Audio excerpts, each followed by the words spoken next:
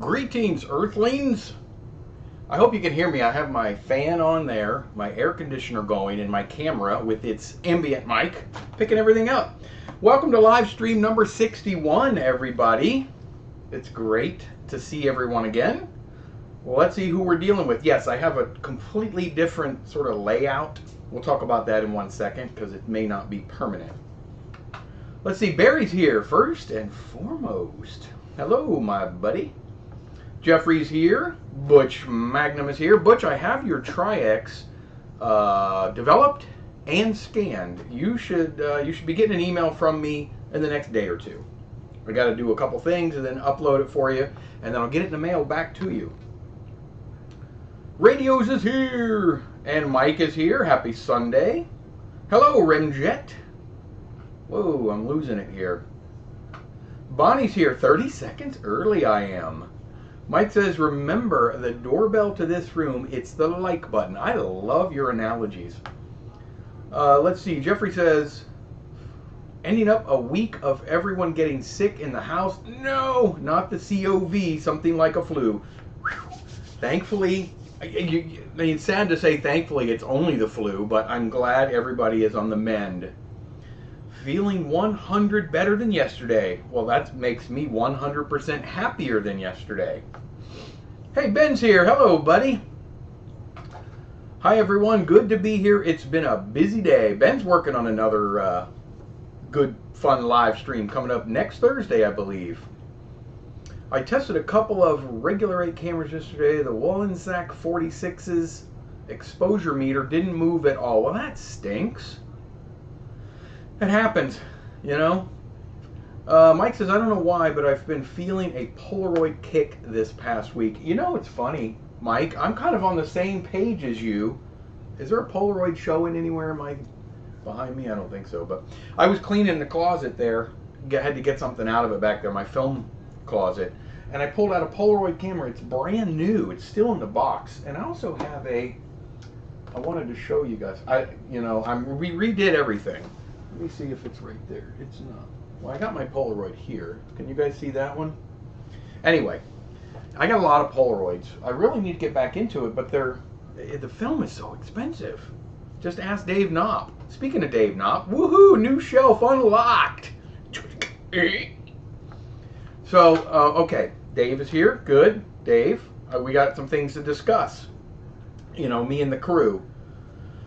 New shelving. You know, I did this. My Piper just had a birthday party and sort of wanted to clean up my little space here. So we got a lot of stuff off the floor and against the wall. So it extends the whole entire, it's like a 12-foot wall back here. And it's all full of, let's call it organizationally full of camera-related items for the most part. There's most everything. There's a couple of horror items in there. I don't know if you guys can see. Nope, that way. That's, keep going. My Jason Voorhees. This is by far the most exciting thing to happen all week. Yes! Getting ready to leave an end of summer party, but I'll be listening. You have fun, Barry. That's a little more important than my live stream. Radio says the Revere struggles to pass film through on a wind. That needs probably oiling, but you're going to have to know how to take it apart, Radios, and they can be a little tricky. I've not done Reveres. I've done a lot of Bolexes, the 8mm, and they're not terribly hard, but that's what it sounds like. If it's struggling and it's a wind-up 8, more than likely it's just dried out in there. Hey, Jeffrey, how are you, buddy? From London, rainy London. You know, speaking of rainy, I'm in Florida, and I don't know if you guys watch the weather, but it's coming, and so it's rainy today. Let me just say, if we lose you guys, it's raining. We have like some crazy 30-year hurricane coming right at us. So if we lose the stream, it's not supposed to be here till Wednesday, so we're getting prepped. But if we lose the stream, you'll know why. Because it's pretty wonky out today. Shouldn't have any problems. It's not terrible. But I was impressed with the Plus S because I bought 16mm and finally got a chance to use the Rex 5. Did you already shoot it, Radios? You told me about it, but I didn't know if you actually shot. I know you bought some Plus X. That is a wooden SLR. My wife got this for me for, I don't know, a birthday or Christmas a few years back, and it was fun. It's one of those ones that comes in a flat sheet, and you got to punch out all the pieces. Look at this. It's just fun. Isn't that cool? I also have one of the Airy SR. It doesn't say Airy SR on the box because they can't, but it's like the we call them Schmegos around here, the fake Legos, but you snap it together and you got your little SR camera, the 16. Facing the wrong way, that's okay. I shot some SX70 photos yesterday. Did you use new film? SX70 film? I have an SX70 up there, right there. You probably can't see it. Has to pop in and say hello. Hey Eric, how are you, buddy? From Stockholm. Way cool old radios. There's Piper. Pulled two SX70s out of a 10-plus-year-old box, and they also work. That's awesome, Mike. You can actually test your old XS70s, or SX70s, with 600 film. They'll take 600 film. They just grossly underexpose the film. But there's kits. You guys know. I don't have to tell you guys anything. There's kits. Is it under or overexposes the 600s film? Love it. No, I just bought the film. Oh, good. You got new film. Okay, where am I at? How are you faring with the weather? It's raining right now, Mike. I guess I can say hi from a very dark Sweden. Oh, it's dark, Bonnie. Uh-oh. Getting rainy? Love it. I know. I love that little camera. I have the wooden projector, one that works but never put it together. So do I. So do I, Jeffrey. They get me these things, and I love doing them. It's just finding time. Look at this. You guys know what she's doing. Hi, Pipes. Happy post-birthday, Piper. What camera did your dad get you? Nothing, but he got me a puzzle, but he didn't actually give me the puzzle. He just got me the box. What was in it? Merch from somebody. Yeah, one of your favorite YouTubers, right? Yes. Well, I thought Filmboy24 was your favorite YouTuber. No, of course you're my favorite because Dad. Oh, Bonnie, it gets dark. That's right. It gets dark at 6 o'clock there. Okay. Overexposes it. That's right, Mike. SX70 is ISO 125, 600, or 6. Yes. It makes it all white. Yeah. But there is a kit. The, what is it? The ND kit or something you can buy for those? Yes. You mean for her RST SLR.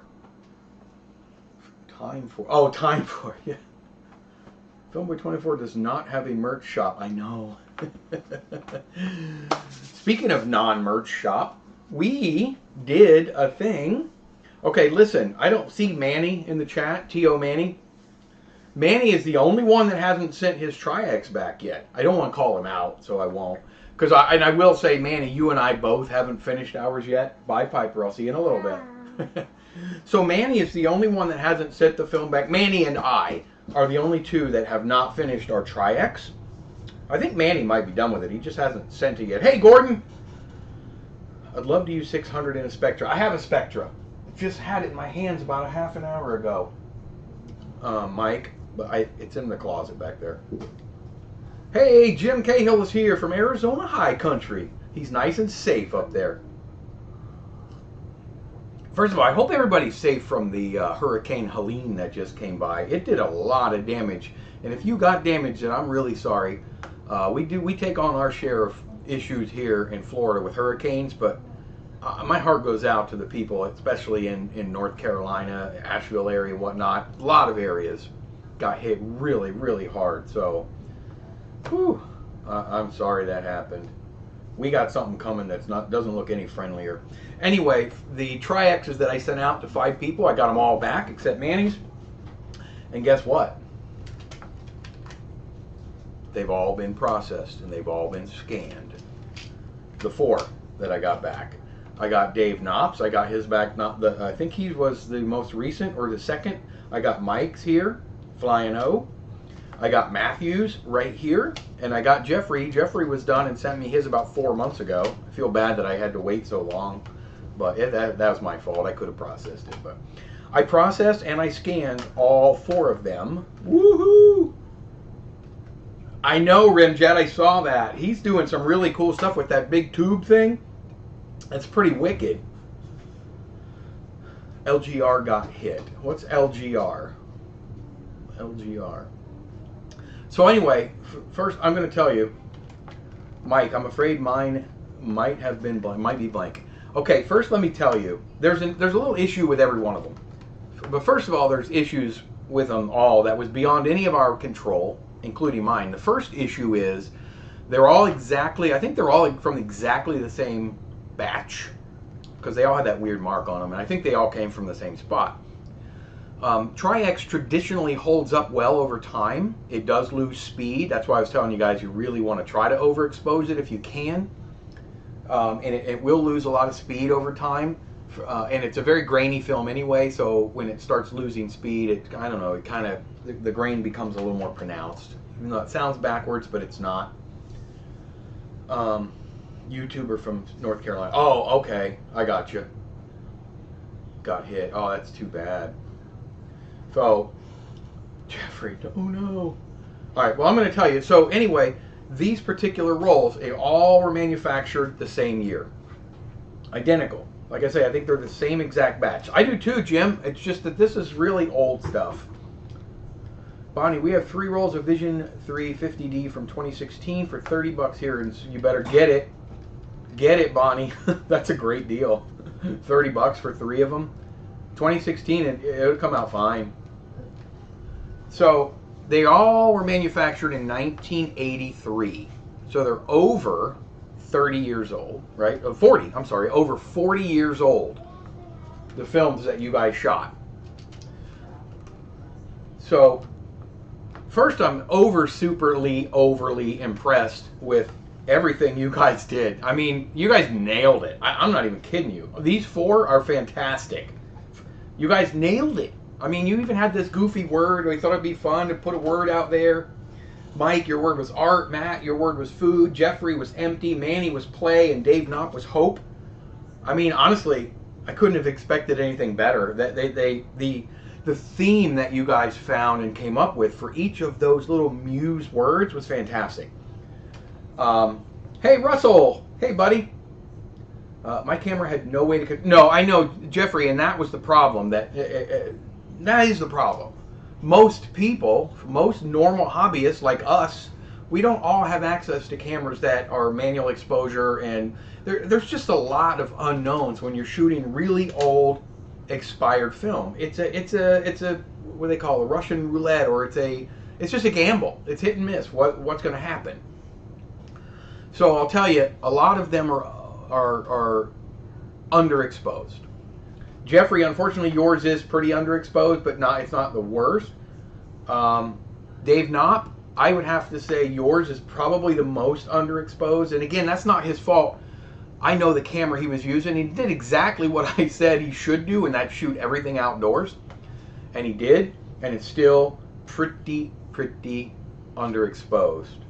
There's some beautiful shots in it, Dave. Don't get me wrong. Some of the shots in your film, by the way, your film is phenomenal. I absolutely love what you did with the word hope.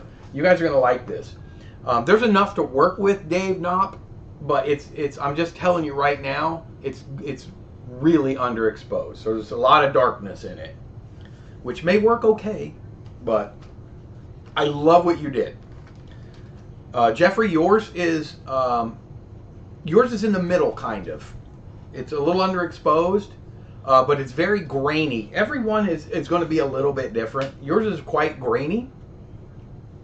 But the shots seem not bad at all. And you nailed it, by the way, on the word that you had. It's perfect. It really did come out right. But like I say, it's hit and miss on the exposure, and there's quite a bit of grain. There's going to be quite a bit of grain with this anyway. It's a middle or a medium to fast speed film anyway, and it's old, and it's been processed as a negative, so there's going to be a lot of grain anyway. Matthew, I know you're not here. This is Matthew. He's a regular. You guys know Matthew. Matthew nailed the word. His word was food. I'm overly impressed with what Matthew did with his. It's freaking perfect. The problem with Matthew's, the exposure is pretty dead on, pretty good, is he had some focus issues. So, but I think, again, there's plenty to work with, and I think Matthew's is overall pretty well done. Pretty well done. And we're going to show all these, but I'm going to give each and every person an opportunity to go in and kind of decorate it the way they want it. I'm going to send these to you first, and then if you want them. If not, if you want to trust me to just put some cool music in it and play it, then we'll just go that route. But I know, like Dave Knott, he wants to mess with his a little bit, and we'll do that. We did Dave. Mike, Flying O. Absolutely nailed it. Yours came out the best. The absolute best. Radio's on. I forgot to focus some of the shots in the parade footage. Yeah, I know, but you know what? Your footage looked pretty good, Radios. Jeffrey says, is it better underexposed than over? No. It's always, well, not always. Typically, it's better to overexpose it because at least some of the information is there. It's very hard to pull details out of the dark than it is out of the light. But Jeffrey, yours is going to definitely be workable. Dave was the one that his was the most underexposed, unfortunately. Oh, it ended at $60. That's still not terrible, Bonnie. Hey, Steven's here. Hey, buddy. I'm glad you're here. Yeah, but Mike, your exposure and focus is honestly 95% of it dead on. I don't know what you did different than everybody else, but it's perfect. In fact, there's a couple of areas where it's a little bit overexposed. Jim Cahill says, please have another contest, and I hope I can get a roll. Well, I'm planning on doing a couple other things, Jim. Stay tuned. Then I had to darken the Bauer C3 footage, but it has no manual setting and expire fee. Yeah, well, that can be tricky, though, Radios. This is the films, Russell. We're not going to show them today, but I just wanted to give a quick rundown. Like I said, all of them are going to be showable, and they're going to be workable. There's no doubt. We're going to show all the films, and they're going to be fun. This was I hope you guys understand what this was. This was just us hobbyists having fun with some unknown expiration and some unknown storage film that who knew what was going to happen with it, to be quite honest. And overall, I feel like it's going to be fun. The two stops thing on the 1014 turned out good. Yes. Hey, Nasser is here. Hey, buddy. Also, I forgot to focus. Oh, yeah, I already got that. Dave Knott says it was so sunny, I didn't use the backlight compensation, oh no, button like you recommended because I thought it would be okay. Good to know. I could have helped. I will say this, Dave. Again, a lot of like I don't want to give your film away because I want that to be a surprise. But there's a person in his film. The face is very dark. You're not going to probably be able to make out the face in most shots. A lot of the shots are dark. Whenever your camera is into the sky or the water, it's insanely beautiful. I mean, it looks really, really good. There's I'd say about half of the shots throughout, hit and miss, are dark. But we're going to work on that one. We're going to work because I love what you did. I would say yours, they were all super creative. Yours, you went over and above. Well, that's hard to say. I think everybody kind of did. But Dave, I almost want to send you another roll, a new roll to reshoot that scene. Because that was, I want to see it. Sounds like more fun. Yeah. Bonnie says, fun fact, you can still buy 9.5mm film in Ektachrome. I did not know that, and that is an exciting fun fact. It's not from Kodak, but still. I always seem to film too close. Yeah, well, it goes a little blurry if you get too close to it, but I mean, I could read all your titles, Radios. Radio sent me a couple rolls of film to process and scan, and for the most part, they came out pretty darn good, if I'm being honest. Oh, I want to see them. I know, Russell. They're going to be so fun. They really are. I'm just waiting on Manny, and I got to finish mine.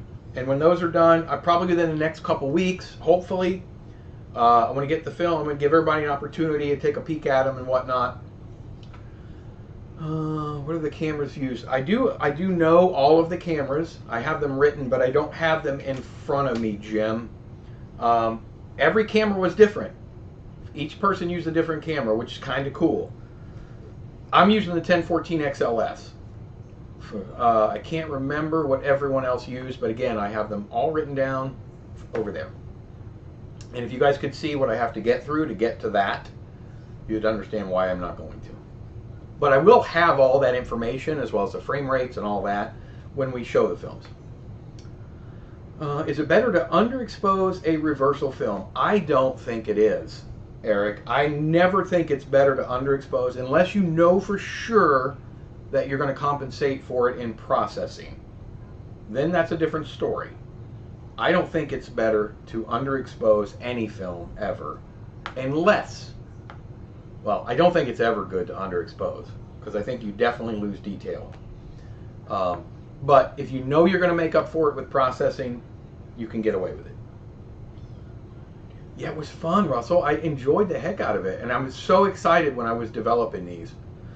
Is that 9.5 Exchrome really happening? I heard it was crowdfunded thing. Well, I would be down with that too, though. I don't have a 9.5 millimeter camera, but I would get one. I'd love to shoot 9.5. Well, I'm thinking about doing something with 16 millimeter, Mike. I'm going to tell you about it in just a second. Then we have the horror 3-minute short film coming up. Oh, thank you, Jeffrey. Hopefully we can know which camera everyone used for this. Yes, I already know. I have all that information, Mike. You know what? Let me see. Hold on, guys. Let me see if I can grab the boxes.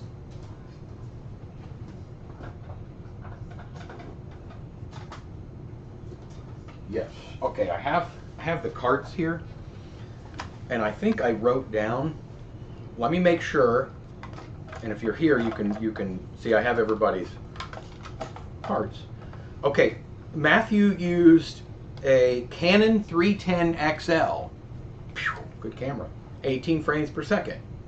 Jeffrey used, and Jeffrey, correct me if I'm wrong, the Bell & Howell Auto Load 870/XL. Was it 870 or I think it was a 670, right? I can't remember what we looked it up. At 18 frames per second. Dave Knopp used the Bell & Howell T30XL, which is a fantastic little camera. I have one. And Mike used a Sankyo Super CM300 at 18 frames per second. If I got one of those wrong, you guys let me know. And I don't know what Manny has used. I'm using the Canon 1014 XLS. If I use one of my 4008s, what ASA should I set the camera for the old Tri-X? I would have shot it at 100. Jim, that's what I would do. That's why I was telling Dave Knopp, he's using a camera that it had backlight control, which gives you a stop, which overexposes a stop, and I begged him to please hold that button in. Dave's my buddy. I can razz him. I shall do so with the double perf 16, but I probably won't use the Filmo 70A, but the Cook lens in storage. Use the Rex 5. Don't bring up the horror shorts. Thanks, Russell. Oh, man. Please film some of the hurricane. Yeah, it's tricky. I could film some of the aftermath, but I filmed out my door before during a hurricane, just with my phone. My Sankyo was broken, but fixed it and was able to use it. Well, I would say, did you manually expose that, Mike? Because you did it really well. You're really well done. Darn tiny keyboard. Out of curiosity, would the backlight button have made a major difference? Yes, it would have made a major difference, Dave. One stop when you're talking about Tri-X is a huge difference. And you know, and you can tell because when you pan or when you shoot, about half of your film was, I mean, it's not bad. Again, don't want to give anything away, but the shot of the water, it looks beautiful. So anytime where there's the sky in the background, or sun, or predominantly the sky, or something big and bright like water, it looks good. But I think there's enough we could work with it. I think with the tone of what you were going for, I think it actually is going to look pretty wicked. I used a Bell & House 670. That's right, 670. Jeffrey, I put 870 on here. They don't make an 870, for the record. Okay, corrected. The Boo R16 was modified to use 9. Oh, that's awesome. Jim, I didn't know that.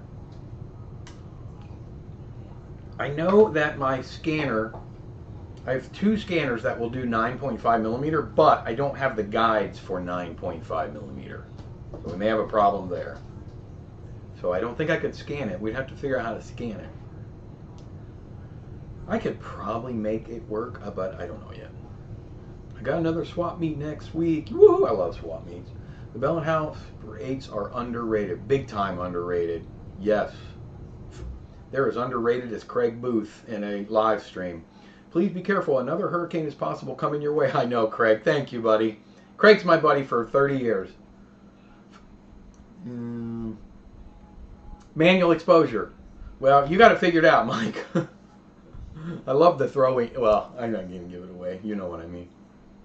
I tried to film the storm on July 31st in my area with my Bauer C3, but too dark. It can be tricky.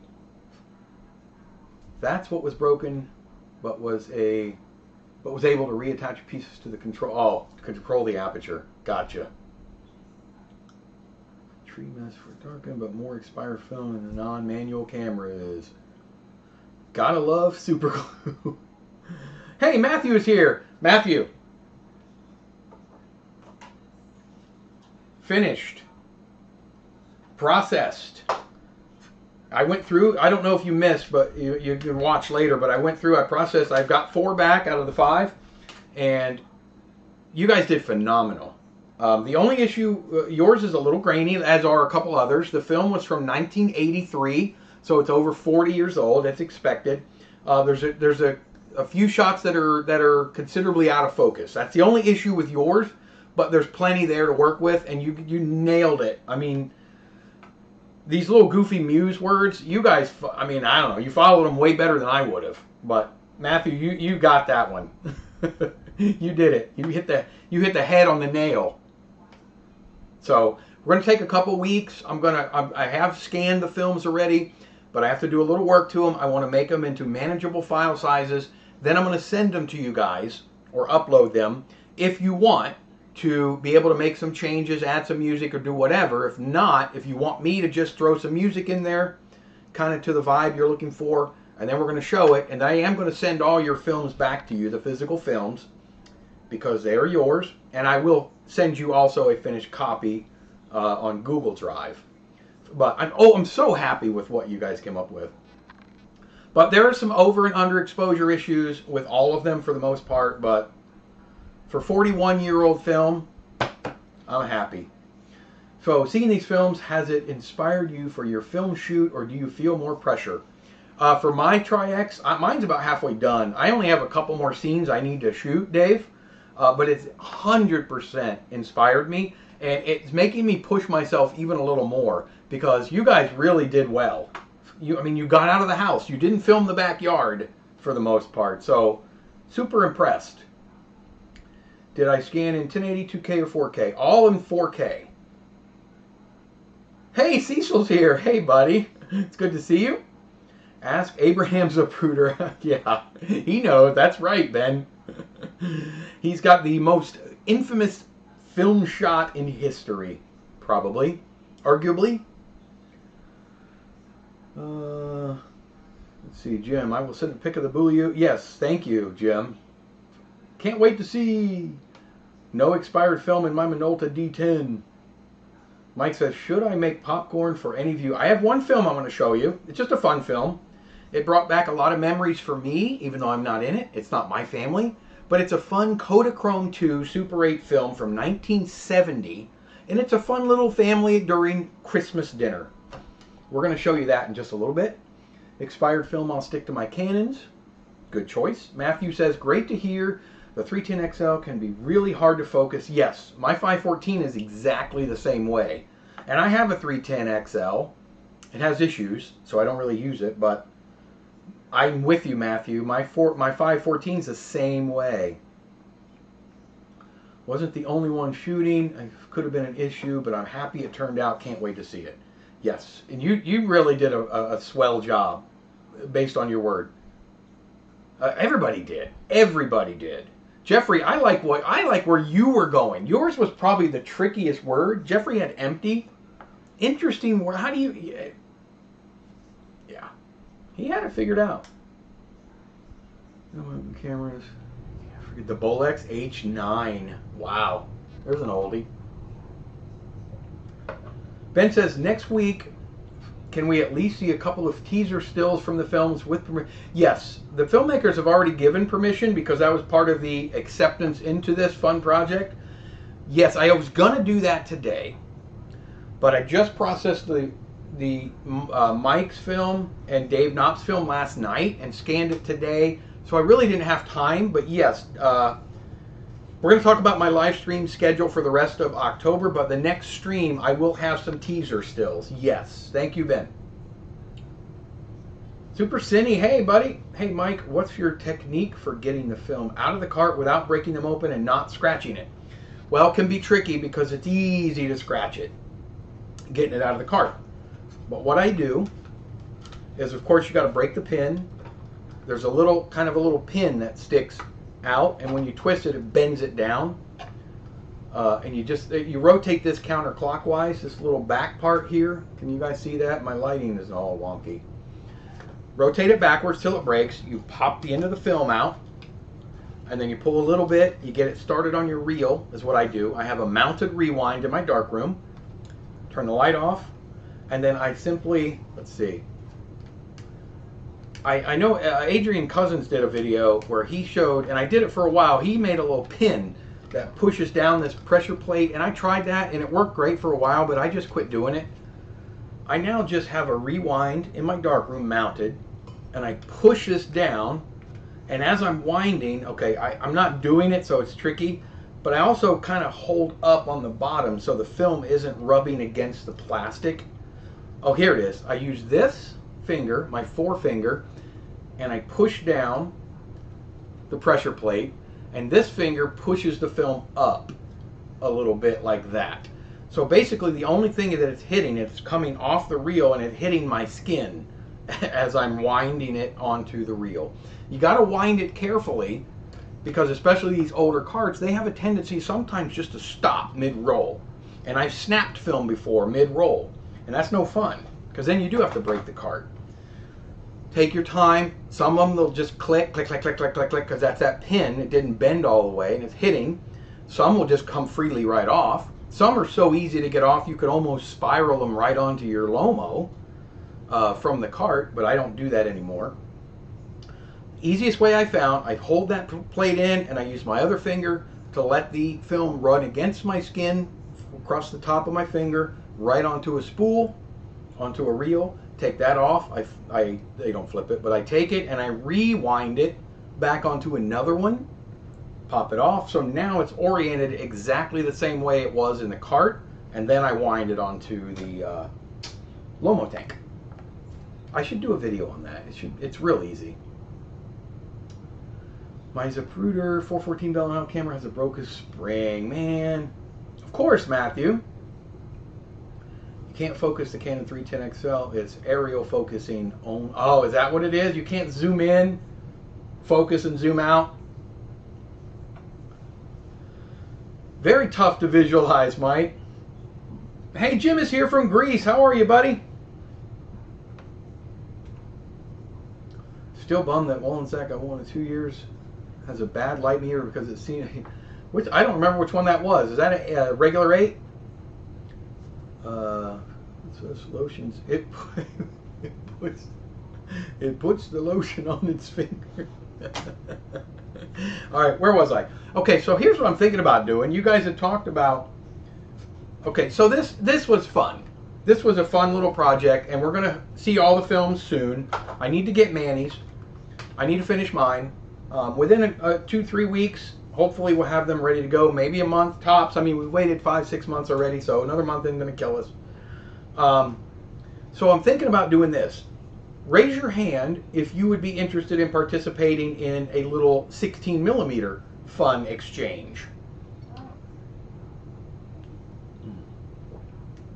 Where are we at time-wise? We're good. Okay. Regular rate? Yes. Oh, the regular rate. I know. That happens. Hands up. Matthew. To focus 310, your subject's 10 feet away. You set the focus ring at 10 feet, and it's focused. Yeah, I guess that's the best way to do it. So here's what I'm thinking. I have quite an abundance of, you guys know this is my favorite film, and it would be similar to what we just did. It's just nature of the beast. There's no film in this one. These are 200-foot daylight spools, 200-foot daylight spools that were once full, completely to the brim, with Plus X 7231. Possibly the greatest cine film ever produced. This is single perf, so it's suitable in any camera that doesn't, most any 16mm camera. Unless your camera's drive wheel has 2 rows of sprocket holes, or not holes, but sprockets, then you can shoot single perf film. You guys know that already. So this is all single perf. So I've shot some of this already. This is a brand spanking new one, right? So here's what I'm thinking. I'm not, okay, before you get too excited, my 100-foot 16mm game is a little bit off. Well, maybe we'll do it 100 feet. Okay, I haven't decided yet if I'm going to do 100 feet or 50 feet. I know 50 feet's only going to give you a little over a minute of footage, but it would still be fun. But maybe we'll do 100. Maybe I'll spool them down to 100. So I have about 20 boxes of these. Now, this stuff expired in 1987, so it was probably, I'll have to look, I'll have to find the edge code on some of the stuff I already shot. It's probably in the similar era of the Tri-X that we shot, mid-80s. That's probably from the mid-80s. It's Plus X. It came out for me pretty good. So I'm thinking about, you're using double perf 16. That's fine. You could still use single perf. So I'm thinking about spooling down a couple rolls of this, or however many people are interested, honestly. You know, Ben, I got it a couple years ago on eBay, and I got it really cheap. I threw an offer at this guy. He was selling them 1 box at a time, and he had like 40 boxes of it or something, or 30 boxes. I bought 1 box quick, shot it, processed it, liked it, so I went on and made him an offer for the rest of it. And he took it. It was cheap. It was less than $10 a box for 200-foot rolls of Plus X. So my good fortune is going to be extended to anyone that's interested. But this is what I'm thinking. I'm thinking I'm going to spool these down to either 50 feet or 100 feet. I do have my G-Now, and that I can do out in the open with this. You guys remember this? That my buddy Jeffrey 3D printed for me, so these work pretty well. So maybe I'll just use that if we go the 100 feet route. I also have my Lomo-esque 100-foot tanks, but again, the 100-foot 16mm is not always, it's kind of been my nemesis. So I'm thinking about spooling this down 50 feet or 100 feet, sending it to whoever might be interested, maybe cap it at a certain number of people, but I don't think there's that many 16mm shooters among us. But I want to see some 16mm film, and this we would probably just shoot whatever you want. I would urge you to shoot it outside. Plus X is a very slow speed film, especially by today's standards. It's 40 ISO outside in the sunlight, so you're going to want to shoot it outside. I think this one's 40. I'm sorry, 80 ISO, tungsten light 64. So it's a pretty slow speed film. The grain pattern is just beautiful on Plus X. It's not overly grainy, but it's not video clean. It's not digital clean. So it's just a beautiful, beautiful, beautiful look. Hey, Rauris is here. Better late than never. Yes, I would like to test 16mm. I have a Blue R16 that I would love to use. Flying O says, come on, tell us how you really... I'm using double perf. Radios, you can use single perf in any double perf camera as long as it doesn't have 2 rows of sprockets on your drive wheel. On your, let me see if I can get this out without breaking the shelf. This is my Bolex Rex 1. So if you look at your cameras, you're not going to be able to see this. So this is the drive wheel right here. This is what drives your film, right? There's sprockets. I know you can't see them, but there's little pins. You know what the sprockets are. They're going to be on the bottom only in most cameras. That's what you want. If they're on the top as well, then you can't use single perf film in your camera. So check it, yo. Put this back on the dusty shelf.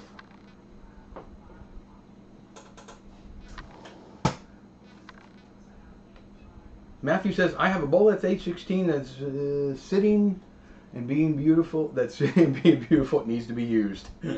That's kind of what I've done with that one. I used to use it quite a bit, but it's been sitting for a while. How old would that make the one I ordered? Which, I'm not sure which one you're talking about, Radios. Oh, did I miss a bunch of stuff? Oh, there's a lot of hands up. All right, hands up, hands up, hands up. I'm good. Flying O is in. Hand up, but need another 16 mil. You know, Steven, even just a, just get one of the lower end, you know, 60, any of the lower end 16 millimeter cameras. Those Keystones are cool. A3 or A5, A9, A7, and they're inexpensive, but they do great work. Bonnie says, is it U.S. only? I don't know yet, Bonnie. I hate leaving people out that are not in the U.S. So I don't know yet. I know Ben's hand is up. I know he's in for sure. I'll see if I can get one from ePay. All right, Cecil's in. Ooh.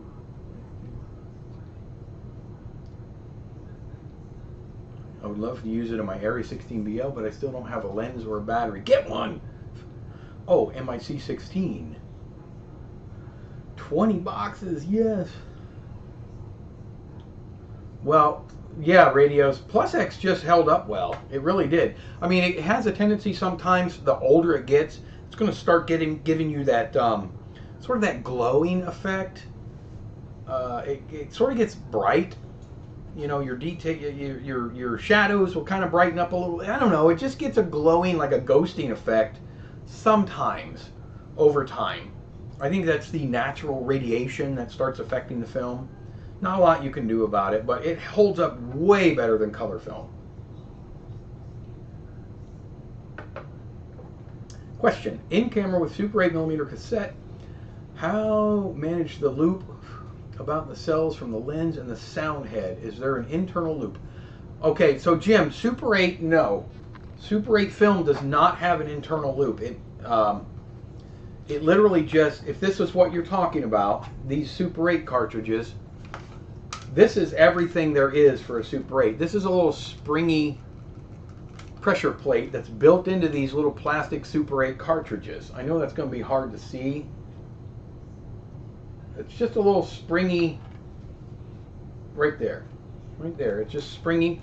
That is depressed in against the gate of your camera. That's your only stabilization. There's no loops formed at all. With regular 8, you have a lot more stability. Most regular 8 cameras do have a pressure plate and a gate and a loop system for the most part, top and bottom loop that you want to keep.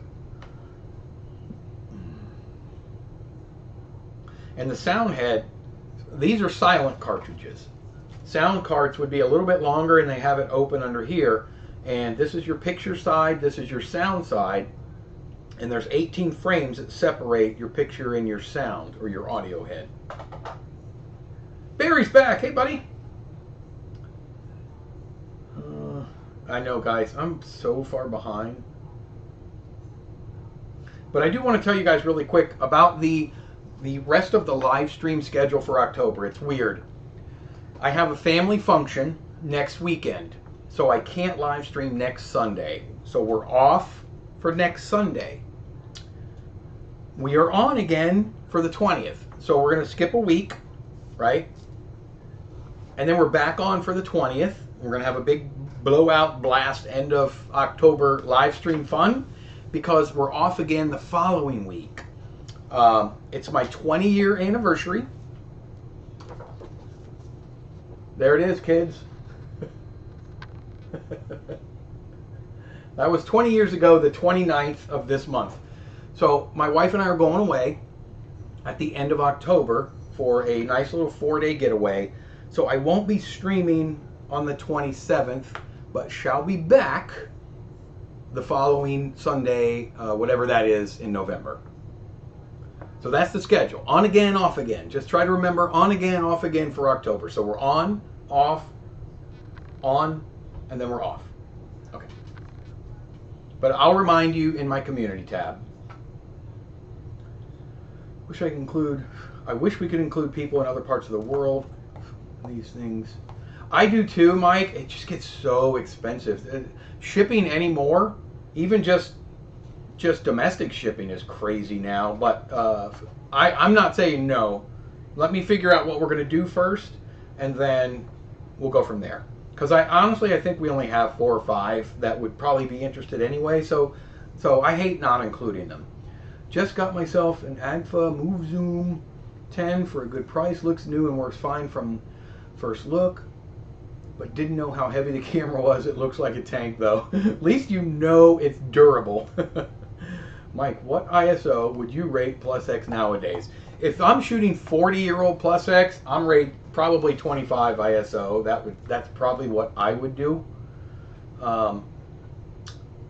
You could probably get away with one stop, maybe rating it as you would K40, rating it at around 40. I would probably go 25. That's probably what I'm going to do. I have to look back in my notes and see how I shot it before. Mike says, I have lots of 16mm cameras like Keystones I would loan anyone. You hear that, Steven? And Mike, Steven, I could probably tell you, I could vouch for Steven. He's a really good guy, New World Film. And he's in the U.S. here. But that's up to you guys. That's all between you, but that's really, really kind of you to offer, Mike. And Mike does have a plethora of cool 16mm cameras. The Plus X is double perf, but it has a box design, I assume 70s? Yeah, Plus X has been around a long time, radios. Remjet in UK, but we'll ship a tenner to cover postage, no problem. Now, if I decide to include outside the US, you're not going to pay for it. A lens for it is too expensive for me right now. They're not cheap. I've been wanting one of those Keystone Criterion. I know I want one of those too, Steven. Cheaper on, but a cheaper one sounds good too. I have the A3. I haven't used it yet, but I do have an A3 somewhere. Yes, do 2 stops. Dave Knopp says, curious on my film, did much of the lens zoom testing shots end up at the end? Everything is there, Dave. It's just everything is pretty dark. But yes, it's there, and I can tell you that your focusing looks pretty good, from what I can tell. Jeffrey is in. There's a loop in the Super 8 sound carts. Well, there might be a little one. I mean, just at the bottom, I think you're talking about, right, Jim? It's the A15, I think, is... Yeah, that's their top-notch model, Mike. Yes, 18 frames from the picture. Of course, Jim. You're busy. All right, good. Did anyone ever try the metal pressure plate? You know, I almost got one of those, but I've read so many bad things about them that they're almost gimmicky, but I don't know. They were expensive. I don't think they were that... I don't know if it was worth it for me. I mean, you're talking about Super 8. You're going to get a little bit of wobble for the most part in normal consumer cameras anyway. I didn't see where putting that tiny little metal plate behind the film was going to make that much of a difference. Pre-Halloween Filmboy24 special, yeah! Congrats, Mike. Thank you, guys. Thank you, Remjet. The October schedule is unacceptable. Yes, it is. I did use the little metal gate plates, and they do work. I wish I could find mine. Oh, they did, Jim. I've read good and bad about them. Mostly bad, but I mean, I've never used them, so that's coming straight from the horse's mouth. Jim would know. Jim does. Jim's like Mike. They have a lot of gear, you know. Jim knows a lot about this, the gadgets. Super Saiyan 100, I use the reloadable carts and have metal pressure plates, and the registration is fine. You know, it's funny you bring that up. I was going to show these. I got these. I have quite a few. Get my trusty knife. But I had gotten these several years ago with a, what was the camera, guys? The Quartz 8X2 something or other. But I got a bunch of these with it. And I know this is probably what Ben's talking about. And this has the metal design, right? You guys remember these. These are the reloadable carts. I've never reloaded one. I know Ben has, but I think you squeeze and separate, right? Yeah, squeeze and separate. Look at that. Reloadable Super 8 carts. I'm not going to take the whole thing apart right now. But I'd like to experiment with these and see, I don't know, just how well they work. Kazima. I don't know how to say it, but little, you guys know, the little plastic Russian, but this is metal.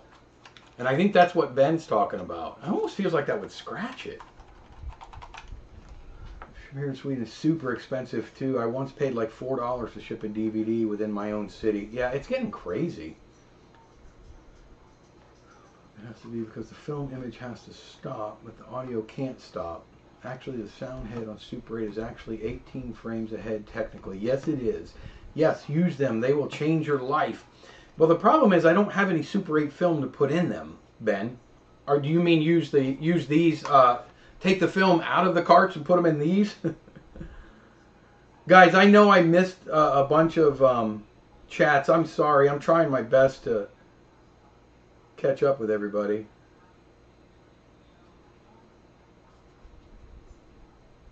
New World, have your people contact my people. Your people get with my people. Cheapest lens without any fungus is $500. That's for a cheap one. Keystone. Mike, you got, yeah. I mean, Mike, you should open up a rental house. Talk about headaches.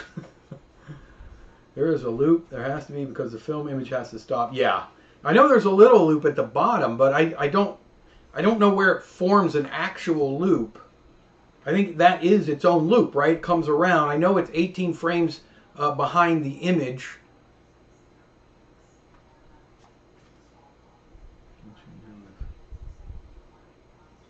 Radio says the one for the Quartz. Yeah. Yeah, these came with that Quartz camera. I've yet to get one of those. I'd like to, but don't use Super 8 very often. You should, Mike. You should use Super 8 more often. You did really well.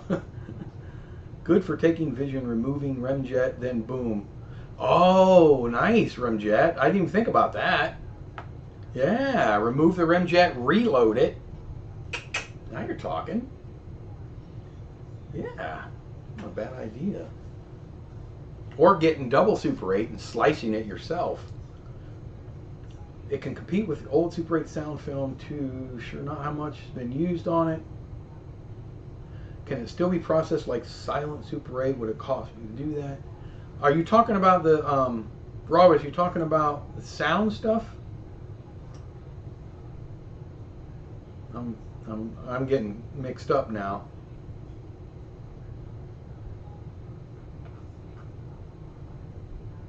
Oops, I mean, it would cost more for Super 8 sound to be... Super 8 sound is processed exactly the same way. You just have to extract the audio now, which it does cost a little more. I charge a little more when I do sound film. I got a guy sending some this week, but because I have to put it through another process to pull the film and then sync the audio, I use a module, a sync module to do that with. You can also load expired film into the reloadable and shoot a test strip. Very nice. Oh yeah, because you can pull it. Sound version. No, it doesn't cost really any more, Raurus.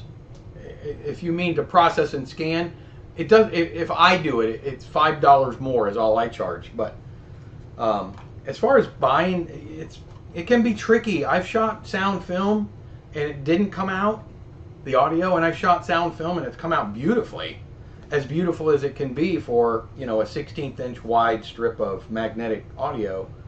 But to buy it, it seems to be about the same price, but to get it processed and scanned at a professional lab, it's probably a little more expensive.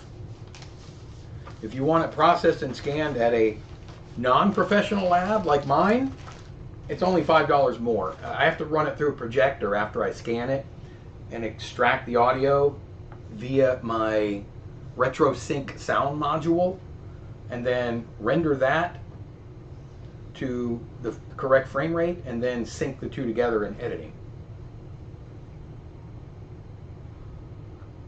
Question: cameras with high telezoom must have more F. Well, the more you zoom in, usually the less you can open your lens, Jim, if that makes any sense. More telephoto, lens is going to close more. Does that make sense? Usually crisper image, but you get less light. The Boyu 5008 MS and Nizo 6080 have the best audio recording features in my experience. Boy, you love that 5008. I can't wait to use one.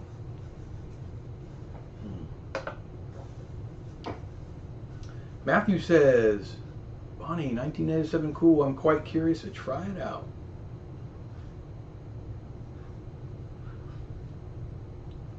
Bonnie says, no, but I might buy a 200-foot Super 8 bulk roll. What do those go for, Bonnie? A 200-foot Super 8 bulk roll. What's that go for at Whitner? That would be interesting to try, you know, try to get 50 feet. I managed to reuse Agfa and Zvima Super 8 carts and reload them with foam pan that I split down. Works really well. The Kodak carts don't come apart at all. If you can get a Kodak Super 8 cartridge to come apart without cracking, I'm going to call you Houdini. I've done it once, I think, and I think I ended up throwing the cart away, but they are, like Super Cine said, they are very difficult to get apart. I have a little system for breaking them apart so they don't get everywhere. But as far as getting them apart to reuse them, that's not fun. Not at all. Hey, I want to show you guys a quick film. We're over an hour in, but let me show you this film. Zoom in, aperture opening is the same, but due to focal length change, yes, that's right. The f-stop is going to be less. Thank you, Matt, or Eric. Thank you for clearing that up. 50 euro or something like that right now. Wow. I wish it wasn't so expensive, or if there was a US connection for that stuff. But that's not a bad idea. I still would be interested if anybody wanted to go in on getting a good batch of Super 8 film. I wonder if we could get it cheaper if we all bought it together. Let's see what we got here. This is a Super 8 film that I scanned and cropped. It is Christmas time in the city. No. Don't sing? No. My wife yelled at me for singing. I use a honey knife instead, or inside a changing bag, to pierce and lever open the Kodak cart. Super dangerous when not. You're not kidding. I feel like I just cut myself reading that, Ben. Straight from Kodak. Should be affordable. Right, straight from Kodak. I'm wondering if we could, I mean, even if you got them down to 25 bucks a cart for brand new ones, if we ordered 100, I mean, maybe 100 isn't a lot for them, but it's a lot for us. I'd be down. Everybody chip in a little bit. Everybody gets their share. But I wonder if they'd send them to our respective addresses, or do we all have to do that? I don't know. You can't sing Christmas after. Jeffrey said I can't sing Christmas till after Thanksgiving. Yeah, or after Christmas. My wife says or after Christmas. Zero budget film school and you still have all your fingers. I know. Woo! All right. Mike's in. I know. I can always count on you, Mike. You and Jim Cahill. You guys will be in. Distribute at a film meetup. I thought about that. Somewhere in the mid America. Middle America. Old Web Shooter is here. Every Burr month is Christmas. Thank you. Did you hear that? Every Burr. October, November. Shush. Bah humbug. September. Bah humbug. August Burr. Bah humbug. I'm getting a lot of bah humbugs. Get a Halloween film in the bag then. I know, I want to. All right, here's Christmas. This is a film. The Edge code says it's 1970. It's Kodachrome 2. It was processed then. It's not my process. It's just an old family film. I don't know the family. But let's take a quick peek and see what we got. Somebody turn the lights out, please. Thank you. Oh, there we go. Here comes Santa. I'm not even going to do it. I'll get yelled at. Janberry cutting the Christmas meal. Fun fact. Fun face. There is a scene from the first season of SpongeBob SquarePants where they show an H-16 Rex 5 with a magazine. That's awesome, Bonnie. 7 members of the family if you count the socks. Yeah, true. I know, they are radios. This is 1970. I would have been about 2 years old.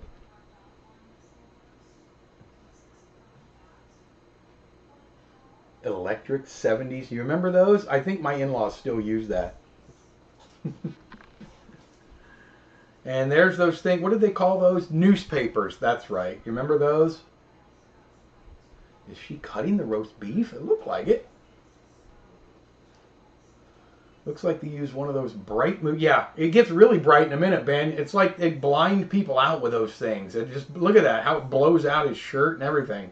And she is not happy at all. Get that thing away from me. I know, Super Cinny. Okay, there's 1, 2, 3, 4, 5, 6, 7. You were right. Look at her face, the lady on the left. It was just so bright. Something Sony... Oh, she's not happy.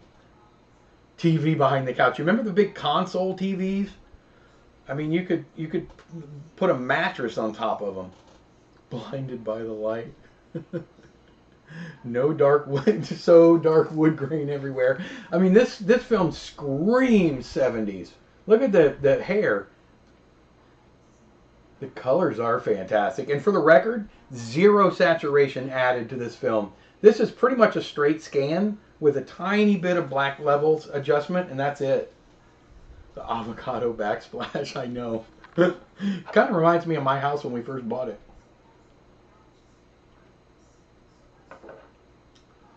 This is print stock. Perhaps the negatives could be corrected. Yes, this is a reversal.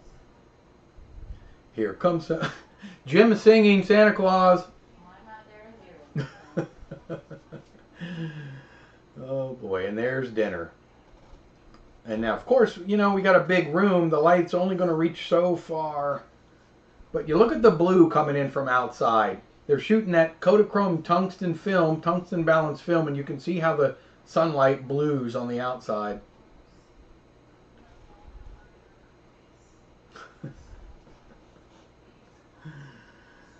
I have some of my family Christmas on Super 8 that my grandparents left me. I'm a toddler in them. Isn't that great? I wish I had some old Super 8 from me when I was little. We didn't shoot a lot of Super 8 when I was tiny. When I was a little guy. Great colors. I know, they came out nice. Do you think someone got that camera for Christmas? I wonder. Or that's either Christmas or was Christmas Eve, maybe? I don't know. Possibility. I mean, that's what you got. You got cameras for Christmas. Jim says, inside the house? Super. I know. Want those velvet pants? Look at him. Look at that model in the camera. My old family films are all regular 8 and a bit of 16. I bet that 16 millimeter looks fantastic. So I got a question. I have that. I still want to shoot. My wife and I were going to shoot it. Kodak had a open me first tag. Yeah. My wife and I were going to shoot that old Kodachrome and old Ektachrome last week, but we decided not to because I'm not 100% sure what to do with it. So my Kodak guy, my friend from Kodak, I call him my friend. I've never met him in person, but he's a super great guy. He retired after 39 years, but he sent me 2 rolls of film like last year, and he said, Mike, I want you to do something with these. And I still haven't, and I feel a little guilty about it. Basically, they're expired in the 70s, 78 and 79, I think, somewhere in that range. One's Kodachrome K40, one's Ektachrome 160. And they've been freezer stored their entire lives. So a Kodak employee had gotten it and kept it frozen since the day he got it. Well, he left in, I think, 1996, and he sent it back to Kodak, and my buddy Fred, that worked there, he got the film, and they put it right back in the freezer.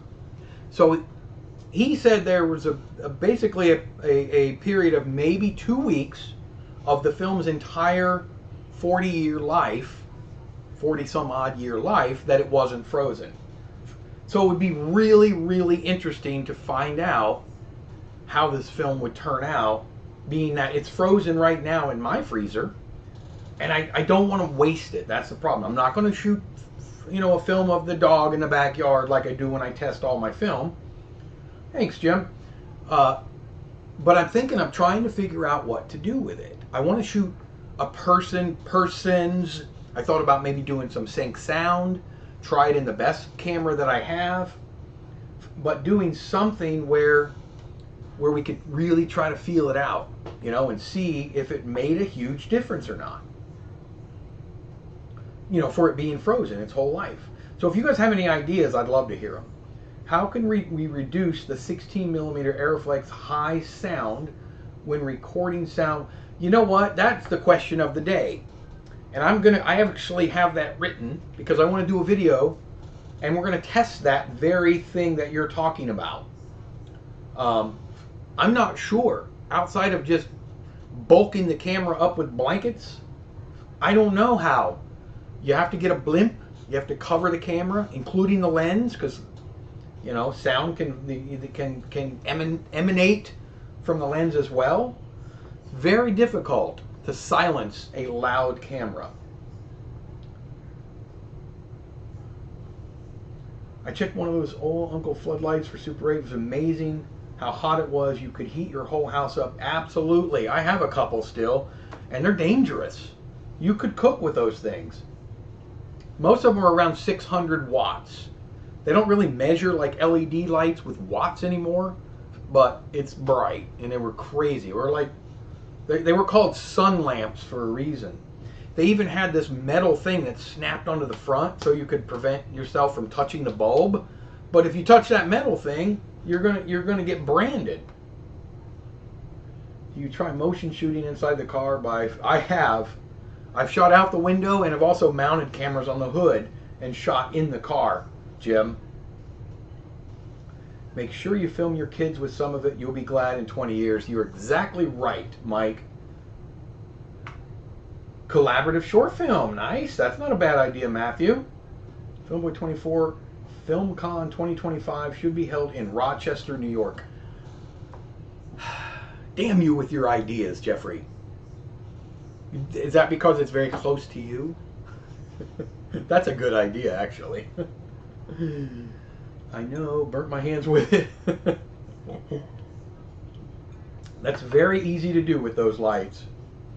A rocket launch like the ones that Everyday Astronaut YouTuber records. You know what? That's a great idea too. That's a really good idea. The only well, no, I was going to say the only bad thing is that I don't like shooting really wide shots in Super 8, but zoomed in wide shots, they look pretty darn good. Go down to what is it? SpaceX or NASA? That's only an hour south of me. How about shooting it a bit like the Christmas film we just saw? A mix of indoor and outdoor. Really go old school with making title cards. Ooh! You guys are coming up with some great ideas. I took a group of students to New York. Took a group of students to New York in February, March for a conference via train, and we got to see the Kodak building lit up at night. So cool. Do they do something different, or is it just their natural lights that are on every night, Matthew? Because that would be really wicked. That's awesome. I'd love to see the Kodak building. I've been to New York a couple times, but I've never been to the city. I have a bunch of those lamps. I buy them at swap meets all the time. What do you do with them? I mean, they suck up electricity like nobody's business, and they get so hot. So, okay, great ideas. That's some good ideas on my old, because I just don't want to waste it. He took the time to send it to me. I want to give it the respect that it deserves. That might sound silly to a lot of people, but this is old film that was preserved. I want to shoot it right. And I don't know if I should overexpose it by a lot. I mean, being it's frozen, I might only overexpose it by a stop or maybe two. Nicholas, hey buddy, Nicholas M. Hi Mike, just joined. I have a lamer question. Is it possible to develop E160 in a 2-bath E6 process without removing remjet? First bath at 100 degrees for 6 to 7 minutes, right? First bath would only be about 3.5 minutes. Nicholas, let's see, it's 102 degrees for E6 is what I use. You could do 100 degrees. Here's the thing with E160, first and foremost, and I think you mean the 3-bath process, right? And I do it all the time. So here's what you want to do. Correct me if I'm wrong. I think you mean 3-bath. Check your film first. If it is, I don't have a cartridge in front of me. If it says process EM26 on the label of the plastic cartridge, you will be safe in processing it in those hot temperatures. If it doesn't say that, or the label, the little rectangle on the thing is blue, or it doesn't say process EM26, do not process it in temperatures above like 75 degrees Fahrenheit, or you will melt the emulsion right off. I've done it. Because that emulsion is super soft in the early E160 films. So do not use hot temperatures on early E160 with E6. But yes, you can, and you will get very muted, dull colors, more than likely. You can bring some of it out in editing. And they might be shifted some. Your colors might move around a little bit. They might shift from red to more purple. But you can usually fix most of that. But just be ready. They are going to be a little dulled down. Matthew says it's just their giant building with bright lights that say Kodak. I'd be pretty down to meet up for pretty much anywhere for some film. I think we are going to have to 2025 something. Did you know that Kodak building in New York had a nuclear... I did not know that, Remjet. Those lamps are good for lighting backgrounds. You're not kidding. I have some old 2,000 watt tungsten lights that we used for just that, Jim, on some movies I worked on where we lit wooded areas. We have an Airy 2,000 watt tungsten at work, melty fingers. That's what I was just talking about, Russell. Mine is a, I have 4 or 5 2,000 watt. They're not Airy. They're, I can't remember the brand. How about we meet outside the old Bolex? Now you're talking. Pull off vanishing magic trick by opening the trigger like 1920s film. Ah, I like it, Jim. Terrifying in equal measure. I feel like that's an origin story from Kodak, man. You do have EM26. You'll be okay, Nicholas, in the hot temperatures then. Because that did not require, when they changed the process to EM26, they changed the emulsion. It was in 1982 or 83 that they changed the emulsion of that film to no longer need a pre-hardener. So you would be safe in those temperatures. The first bath is around 3.5 minutes, and then your bleach bath. Want to say around 6 minutes. I have all my notes in there. And then you have to fix it. I'm sorry. I'm so backwards. Your first developer. Then your color developer. I don't do E6 all that often. I used to. But I have the notes. If you have the E6 3-bath kit, it'll show you. There's first bath, color developer, and then your blix, or your bleach and your fix. And it's somewhere around 366 as far as the minutes go. 3.5, 6.5, 6.5, or something like that. A town called Kodak in Tennessee. I want to go to Kodak, Tennessee. If we get a tour and free samples. You know, we could probably set up a tour. Pre-hardener, aka fluffer. You know, Mike. You were just waiting for that, weren't you? Woo! Just sent an image I took of the Bolex factory. I saw that image before, Bonnie. You sent it to me before. Of the Bolex factory, right? I don't think I got it yet, though. Oh, I felt something on my watch. That must be it. Oh, maybe I didn't see that one. That's pretty wicked, though. Can you guys see that picture? The old Bolex factory. Good shot, Bonnie.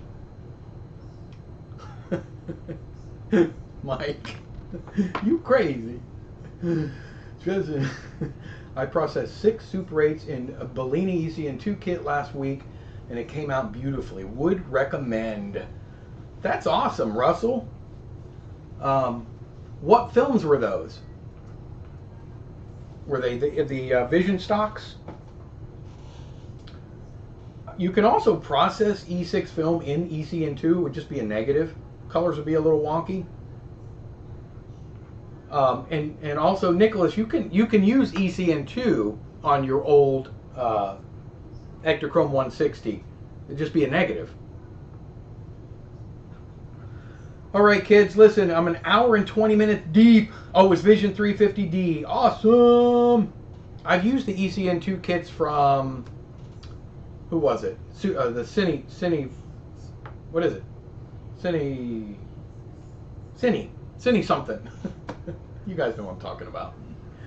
I don't have an E6 kit, but have ECN2 color developer and Rodinol for Ilford black and white. Would that work? Yeah, I did that, Ben.